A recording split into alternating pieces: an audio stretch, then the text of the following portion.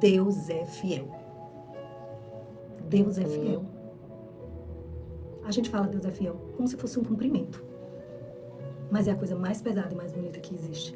A gente fala isso o tempo todo, em músicas, nos stories, né? No nosso dia a dia, no começo da oração, no testemunho, Deus é fiel.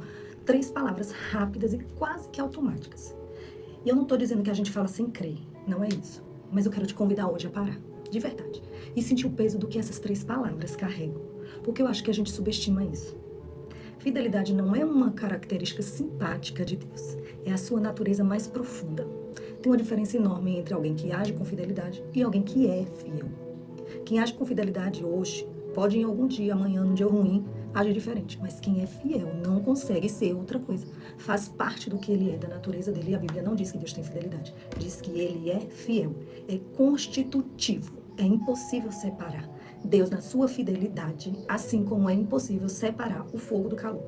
E aí vem o versículo que nos desfaz quando a gente lê com cuidado. Porque Paulo escreve em 2 Timóteo 2,13: se somos infiéis, ele permanece fiel, pois não pode negar-se a si mesmo. Abre a tua Bíblia e lê esse versículo, mas lê mais de uma vez. Se somos infiéis, ele permanece fiel. Não se formos fiéis, ele também será. Não se você merecer, ele vai cumprir. Se somos infiéis, quando somos infiéis, nos nossos momentos de maior infidelidade, ele permanece fiel. Por quê? Por que negar? A própria fidelidade seria negar a si mesmo, e Deus não pode ser outra coisa que não seja Ele mesmo.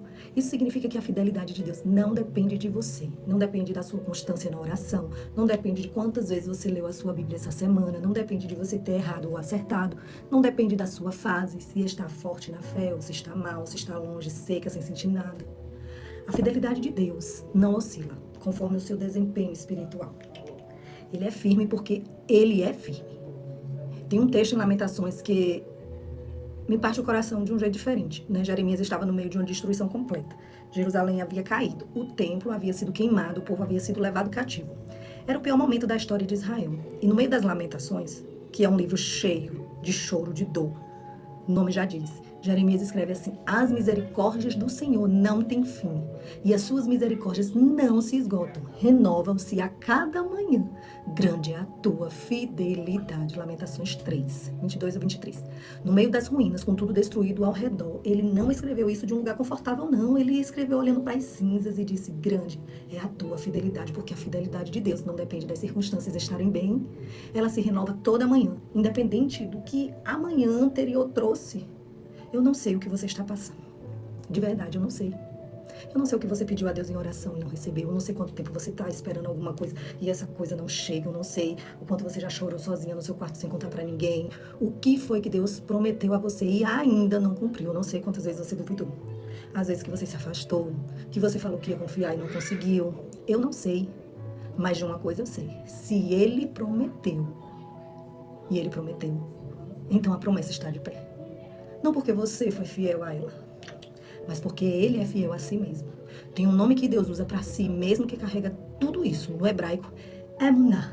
Fidelidade, firmeza, o que não se move, o que não cede. É a mesma raiz da palavra amém. Quando você fala amém no fim de uma oração, você está dizendo: isso é firme, assim seja. Isso é verdade, isso permanece. Toda vez que você fala o nome de Deus e confia na sua palavra, você está dizendo amém sobre a natureza dele.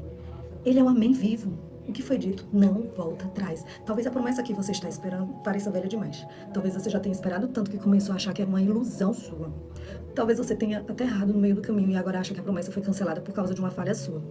Já aconteceu comigo, isso é normal. Mas Deus não é homem para se arrepender. Ele não acorda num dia ruim e decide simplesmente que a promessa não vale mais. Ele não faz promessas baseadas na sua capacidade de merecer, porque senão você nunca receberia. Ele faz baseado na sua própria capacidade de cumprir. E essa capacidade nunca falha. Aquele que vos chama é fiel e Ele o fará. Ele o fará, não você. Não as circunstâncias, não o momento certo que você precisa criar. Ele o fará. Então que a nossa oração com Deus hoje seja: Senhor, eu confesso que por muitas vezes eu duvidei. Tantas vezes eu falei que o Senhor era fiel, mas no fundo eu não acreditava mais, Senhor, que poderia acontecer. No fundo, eu já não enxergava mais aquela promessa se cumprindo.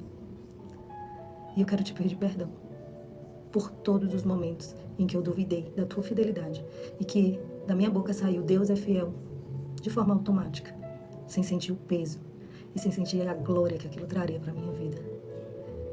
Eu quero acreditar E eu acredito, Senhor, nas tuas promessas sendo cumpridas na minha vida.